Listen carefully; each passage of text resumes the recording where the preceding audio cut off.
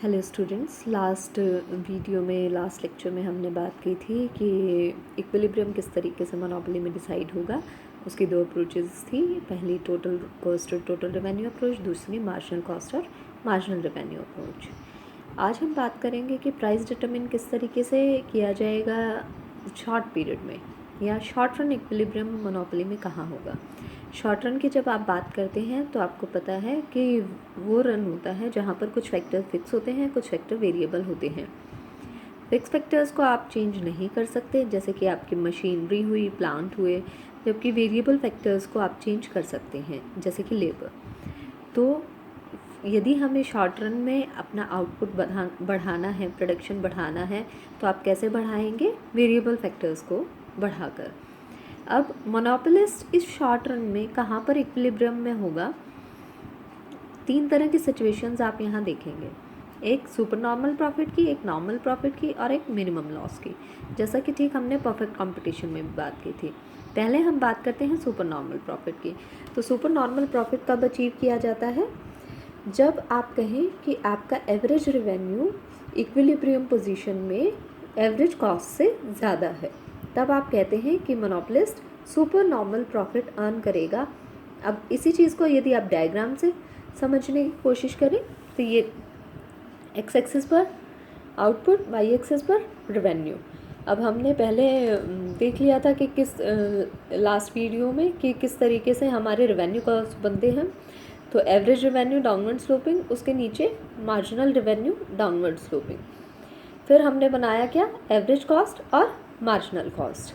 अब हम कहाँ प्रोड्यूस करते हैं? एमआरएमसी अप्रोच के अकॉर्डिंग, जहाँ पर एमआरएमसी एक दूसरे को टच करते हैं और एमसी एमआर को नीचे से काटती है। तो ये आपका एमआर कर्व, ये आपका MC curve. MC curve MR curve को इस पॉइंट पर टच कर रहा है और एमसी कर्व एमआर कर्व को नीचे से काट रहा है। तो ई पॉइंट हो गया इक्विलिब्रियम का। ई पॉइंट इक्विलिब्रियम का है, यहाँ से हम लाइन एक्सटेंड करेंगे नीचे की तरफ, यहाँ से हम लाइन एक्सटेंड करेंगे ऊपर की तरफ। तो नीचे की तरफ जब हम लाइन एक्सटेंड करते हैं तो हमने यहाँ आउटपुट लिया था एक्स एक्सिस पर, हमें आउटपुट मिल जाता है इक्विलिब्रियम का OM। ऊपर की तरफ जब हम लाइन एक्सटेंड करेंगे तो एवरेज रेवेन्यू कर्व को टच करेगी, या एवरेज रेवेन्यू कर्व से इधर की तरफ हम लाइन ड्रॉ कर देंगे। तो इस एक्सिस पर आप रेवेन्यू और कॉस्ट दोनों ले रहे हैं, तो आपको OD क्या मिल जाएगा? एवरेज रेवेन्यू, क्योंकि एवरेज रेवेन्यू कर्व से ये लाइन ड्रॉ की गई थी। अब इसी आउटपुट के लिए हमें एवरेज कॉस्ट देखनी है। तो एवरेज कॉस्ट कहाँ से देखेंगे? ये आउटपुट की लाइन जहाँ एक्सटेंड होकर हमारे एवरेज कॉस्ट कर्व को टच कर रही है, वहाँ से हम वाई एक्सिस की तरफ लाइन ड्रॉ करेंगे और ये जो OC आपकी आएगी वो क्या कहलाएगी? Average cost.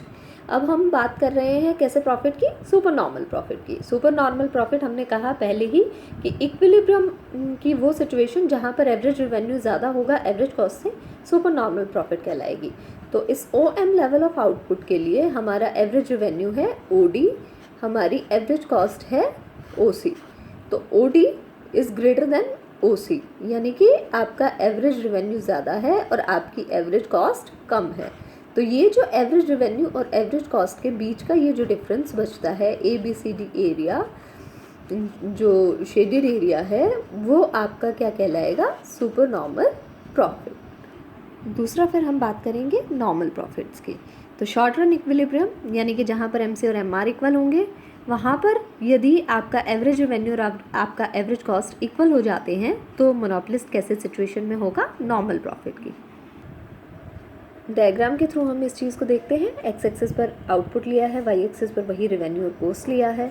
फिर हमने डाउनवर्ड स्लोपिंग एवरेज रेवेन्यू बना लिया, मार्जिनल रेवेन्यू बना लिया, एवरेज कॉस्ट बनाई और मार्जिनल कॉस्ट कर बनाए। अब कहाँ पर प्रोड्यूस करेगी कोई भी मोनोपोलिस्ट? कहाँ प्रोड्यूस करेगा? जहाँ वो इक्विलिब्रियम में। इक्विलिब्रियम में कहाँ होगा? जहाँ MR और MC एक दूसरे को काट रहे हैं, MC MR को नीचे की तरफ से काट रहा है। तो ये ई पॉइंट है, ई पॉइंट पर मोनोपोलिस्ट इक्विलिब्रियम में है। नीचे की तरफ लाइन एक्सटेंड करके आउटपुट आ जाएगा, ऊपर की तरफ आप लाइन एक्सटेंड करेंगे तो एवरेज रेवेन्यू कर्व को क्योंकि टच कर रही है तो इधर की तरफ लाइन ड्रॉ करके रेवेन्यू ले लेंगे आप। ये OP आपका एवरेज रेवेन्यू होगा। ध्यान से यदि आप देखेंगे तो ए पॉइंट पर ये आउटपुट की extended line average cost curve को भी टच कर रही है। तो एवरेज कॉस्ट कर्व को टच कर रही है यहाँ पर, क्योंकि एवरेज रेवेन्यू कर्व और एवरेज कॉस्ट कर्व दोनों इक्वल हैं, टेंजेंशियल है। तो तो यहाँ से ये जो लाइन ड्रॉ की है और ये जो ओपी हिस्सा आया है ये आपका किस चीज़ को रिप्रेजेंट करेगा, एवरेज रेवेन्यू को भी रिप्रेजेंट करेगा और एवरेज कॉस्ट को भी रिप्रेजेंट करेगा। किस लेवल ऑफ आउटपुट के लिए, ओएम आउटपुट के लिए। तो हम कह सकते हैं ओएम आउटपुट के लिए जब मोनोपोलिस्ट इक्विलिब्रियम में है, एमसीएमआर इक्वल है, तो आपका जो प्राइस है या जो आपका एवरेज रेवेन्यू है और जो आपका एवरेज कॉस्ट है वो इक्वल है। Average revenue is equal to average cost is equal to OP. तो कैसी सिचुएशन है, नॉमिनल प्रॉफिट की, जहाँ पर आपका रेवेन्यू केवल किस चीज़ को कवर कर पा रहा है, आपकी एवरेज कॉस्ट को कवर कर पा रहा है। तीसरी सिचुएशन आपकी आती है लॉस की या मिनिमम लॉस की हम बात करते हैं। तो हमने परफेक्ट कंपटीशन में भी ये बात की थी कि ज़्यादा शॉर्ट रन में हमारे पास फैक्टर्स फिक्स और वेरिएबल होते हैं, हम प्रोडक्शन को इंक्रीज़ कर सकते हैं, लेकिन ऐसे सिचुएशन भी हमें फेस करने को मिल सकती है जब हमारा जो रेवेन्यू है वो सफिशिएंट नहीं है और हम लॉस मेकिंग की सिचुएशन में आ जाएं। लेकिन ऐसे सिचुएशन में प्रोड्यूसर के पास दो ऑप्शन होते हैं जब वो लॉस में कर रहा हो, तो कि वो अपने प्लांट को बंद भी कर सकता है और अपने प्लांट में प्रोडक्शन को कंटिन्यू भी कर सकता है। यदि वो प्लांट को बंद कर देगा तो फिक्स कॉस्ट का लॉस तो उसे सहन करना पड़ेगा, क्योंकि प्लांट तो ऑलरेडी लग चुका है, मशीन्स वहाँ ऑलरेडी इस्टेब्लिश हो चुकी हैं, प्रोडक्शन कुछ नहीं हो रहा, तो वेरिएबल कॉस्ट नहीं आएगी। तो मिनिमम लॉस किस चीज़ का फेस करना पड़ेगा ऐसे सिचुएशन में भी उसे, फिक्स कॉस्ट का। यदि वो प्रोडक्शन को चालू रखता है तो भी प्रोडक्शन को चालू कब रख पाएगा, जब उसके एवरेज रेवेन्यू किसके इक्वल हो, एवरेज वेरिएबल कॉस्ट के, यानी कि उसके रेवेन्यू से जो वेरिएबल फैक्टर्स हैं उनके कॉस्ट को आप कम से कम कवर कर पाएँ। ऐसे सिचुएशन में भी आपको किसका लॉस फेस करना पड़ेगा, फिक्स कॉस्ट का लॉस फेस करना पड़ेगा। लेकिन क्योंकि आपका प्लांट लगातार काम करता रहेगा तो वो एफिशिएंट रहेगा, प्लांट को बंद करने पर ज़्यादा प्रॉब्लम्स आएंगी, मशीनरी जाम हो जाती है, मशीनरी एफिशिएंटली वर्क नहीं कर पाती है। तो प्रोड्यूसर या मोनोपोलिस्ट के पास चॉइस है कि वो ऐसे सिचुएशन में क्या करना चाहता है, लेकिन शॉर्ट रन में उसको मिनिमम लॉस फेस करना पड़ सकता है। अब इस लॉस और मिनिमम लॉस की सिचुएशन को हम देखेंगे डायग्राम के थ्रू। वही एक्स एक्सिस पर आउटपुट लेते हैं, वाई पर रेवेन्यू और कॉस्ट लेते हैं, downward sloping average revenue curve, उसके नीचे downward sloping marginal revenue curve. फिर हमने दो कर्व बनाए, एवरेज वेरिएबल कॉस्ट कर्व और एवरेज कॉस्ट कर्व। अभी तक हम एवरेज कॉस्ट कर्व बना रहे थे, लेकिन अब हम मिनिमम लॉस के सिचुएशन को दिखाना चाहते हैं जहाँ पर हमारा एवरेज रेवेन्यू किसके इक्वल हो, एवरेज वेरिएबल कॉस्ट के इक्वल हो केवल, यदि हम प्लांट में प्रोडक्शन कर रहे हैं। तो इसीलिए हमने एवरेज वेरिएबल कॉस्ट भी बनाई। एवरेज वेरिएबल कॉस्ट हमेशा नीचे बनती है, एवरेज कॉस्ट हमेशा ऊपर बनती है, क्योंकि उसमें फिक्स कॉस्ट भी जुड़ जाती है, और मार्जिनल कॉस्ट आपका दोनों को नीचे से काटती हुई जाएगी। तो हमने ये कॉस्ट कर्व्स बना लिए। अब हम वहाँ प्रोड्यूस करेंगे जहाँ पर आपका एमआर और आपका एमसी एक दूसरे को काट रहे हैं, और इक्विलिब्रियम की सिचुएशन में आपका मोनोपोलिस्ट है ई पॉइंट पर नीचे की तरफ लाइन एक्सटेंड कर देंगे और ऊपर की तरफ लाइन एक्सटेंड कर देंगे। नीचे की तरफ लाइन एक्सटेंड करने से हमें इक्विलिब्रियम का आउटपुट मिलेगा ओएम। ऊपर की तरफ जब हम लाइन एक्सटेंड करेंगे तो डिफरेंट कर्व से हमें डिफरेंट चीज़ें मिलेंगी। अगर हम एआर कर्व की बात करें तो एआर कर्व से हम इधर लाइन ड्रॉ करेंगे तो ओपी, ये हमें क्या मिल जाएगा, एवरेज रेवेन्यू।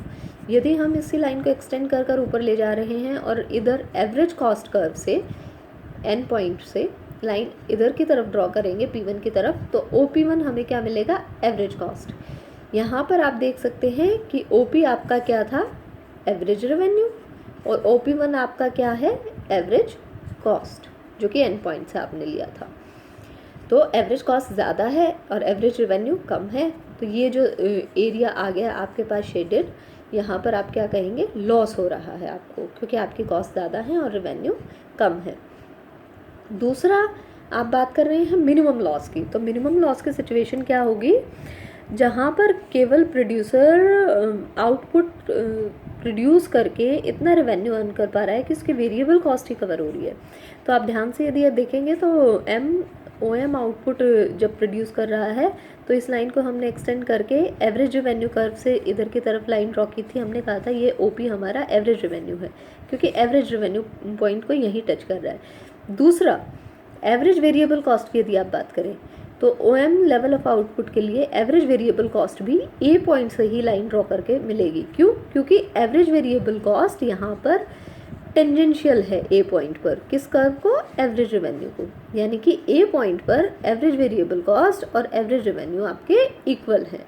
ऐसे में आप इधर की तरफ लाइन ड्रॉ करेंगे तो ये जो OP आपके पास आएगा वो एवरेज वेरिएबल कॉस्ट के इक्वल भी होगा और एवरेज रेवेन्यू के इक्वल भी होगा। तो ए पॉइंट पर आप कहते हैं कि आपका जो एवरेज रेवेन्यू है वो किसको कवर कर रहा है? एवरेज वेरिएबल कॉस्ट को। यहाँ पर एवरेज रेवेन्यू से एवरेज वेरिएबल कॉस्ट तो कवर हो रही है, लेकिन किस चीज़ का लॉस हमें हो रहा है? Average cost minus average variable cost. हमें पता है एवरेज कॉस्ट किन दोनों चीज़ों का समेशन है? Average fix cost plus average variable cost. तो अब क्योंकि हमारा एवरेज वेरिएबल कॉस्ट तो कवर हो गया, लेकिन एवरेज कॉस्ट पूरा कवर नहीं हुआ, तो किस चीज़ का हमें लॉस हो गया?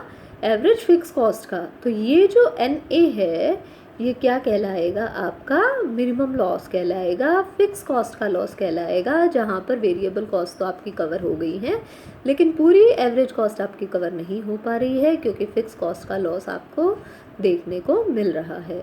इस सिचुएशन को हम कहेंगे मिनिमम लॉस की सिचुएशन। ये तो शॉर्ट रन में हम फर्म के इक्विलिब्रियम की बात कर रहे थे। इसी के साथ हम बात कर सकते हैं कि लॉन्ग रन में आपका जो मोनोपोलिस्ट है वो कहाँ पर इक्विलिब्रियम में होगा। देखिए, जब आप परफेक्ट कंपटीशन की बात करते हैं तो आप कहते हैं कि फर्म दूसरी फर्म्स एंटर कर सकती हैं, एग्जिट कर सकती हैं अकॉर्डिंग टू लॉस और प्रॉफिट सिचुएशन। तो यहाँ पर जब आप बात करते हैं वहाँ पर आपको केवल नॉर्मल प्रॉफिट की सिचुएशन देखने को मिलती थी लॉन्ग रन में, लेकिन मोनोपोलिस्ट की जब आप बात करते हैं तो ये सोल प्रोड्यूसर है, प्राइस मेकर है, यहाँ पर फर्म ही इंडस्ट्री है। ऐसे में शॉर्ट रन में तो हो सकता है कि firm super normal profit earn कर ले, नॉर्मल प्रॉफिट अर्न कर ले, या फिर उसको थोड़े बहुत दिन के लिए लॉस की सिचुएशन भी फेस करनी पड़े। लेकिन जब आप लॉन्ग पीरियड की बात करेंगे, जब आपके पास एडजस्टमेंट के लिए काफ़ी समय होगा, आप अपने आउटपुट को घटा भी सकते हैं, बढ़ा भी सकते हैं, एडजस्टमेंट कर सकते हैं। तो ऐसे में कोई भी अकेली फर्म जो प्रोड्यूस कर रही है यानी मोनोपोलिस्ट, ऐसे सिचुएशन को फेस नहीं करना चाहेगा जहाँ पर उसको लॉस आए कम से कम। दूसरा, उसका प्रॉफिट, उसका जो मेन मोटिव है वो क्या है कि प्रॉफिट को मैक्सिमाइज करना है और मैक्सिमम प्रॉफिट अर्न करना है। तो ऐसे में फर्म लॉन्ग रन में केवल एक ही सिचुएशन फेस करती है, सुपर नॉर्मल प्रॉफिट की। क्यों? क्योंकि मोनोपोलिस्ट प्राइस मेकर है, वो अपने आप प्राइस डिसाइड करेगा, वो ऐसे प्राइस डिसाइड करेगा जिससे उसको सुपर नॉर्मल प्रॉफिट हो, अदरवाइज वो अपने आउटपुट का प्रोडक्शन को बंद कर सकता है। तो ये आपका लॉन्ग रन का सुपर नॉर्मल प्रॉफिट है। Output, revenue cost, same things. Average revenue curve downward sloping, marginal revenue curve उसके नीचे डाउनवर्ड स्लोपिंग। यहाँ पर ध्यान देने लायक बात क्या है कि वहाँ पर जब शॉर्ट रन की बात कर रहे थे तो वहाँ आप शॉर्ट रन के एवरेज कॉस्ट और मार्जिनल कॉस्ट बना रहे थे।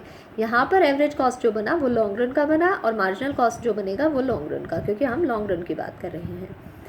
कहाँ पर प्रोड्यूस करेंगे? Where LMC equal to MR, MR और MC एक दूसरे को काट रहे हैं, नीचे की तरफ से काट रही है MC MR को, तो E point is our equilibrium. नीचे की तरफ लाइन एक्सटेंड कर दें, ऊपर की तरफ, नीचे की तरफ जब लाइन एक्सटेंड की तो ये OM हमारे को क्या मिला? Equilibrium output. ऊपर की तरफ लाइन एक्सटेंड की तो इसी आउटपुट के लिए आप देख सकते हैं एवरेज रेवेन्यू कर्व से ए पॉइंट पर काट गई तो इधर की तरफ लाइन बना दी, क्योंकि इस एक्सिस पर रेवेन्यू और कॉस्ट दिख रहे हैं, तो ON आपका क्या आ गया? Average revenue. और इसी आउटपुट पर जब बी पॉइंट से हमने इधर की तरफ लाइन ड्रॉ करी तो OP आपका क्या आएगा? Average cost. क्यों? क्योंकि बी पॉइंट क्या दिखा रहा है? OM लेवल के लिए एवरेज कॉस्ट दिखा रहा है, क्योंकि एवरेज कॉस्ट कर्व पर ये पॉइंट आया है। तो हमारी एवरेज कॉस्ट कितनी है? OP। एवरेज रेवेन्यू कितना है? ON। Average revenue is greater than average cost. कितना ज़्यादा है? इतना। ये शेडिड एरिया ABPN। तो ये कैसे प्रॉफिट्स हैं? सुपर नॉर्मल प्रॉफिट्स हैं। अब यहाँ पर मैं आपको एक चीज़ और बताना चाहूँगी, जब भी आप डायग्राम्स ड्रॉ करते हैं तो डायग्राम ड्रॉ करते हुए आपको सबसे पहले दिमाग में ये चीज़ रखनी चाहिए कि आप किस तरह की सिचुएशन को दिखाना चाह रहे हैं। सुपर नॉर्मल प्रॉफिट दिखाना चाह रहे हैं, नॉर्मल प्रॉफिट दिखाना चाह रहे हैं, या लॉस के सिचुएशन को दिखाना चाह रहे हैं। और आपको ये पता होना चाहिए कि हर एक सिचुएशन में क्या चीज़ मैटर करेगी। जैसे सुपर नॉर्मल प्रॉफिट किसे कहेंगे? जहाँ पर एवरेज रेवेन्यू आपका ज़्यादा होगा और एवरेज कॉस्ट कम होगी। उसी के अकॉर्डिंग आप डायग्राम ड्रॉ करेंगे। अब हमें पता है, पहले हम क्या बनाएंगे, रेवेन्यू कर्व्स, क्योंकि हमें पता है कि डाउनवर्ड स्लोपिंग रेवेन्यू कर्व बनेंगे।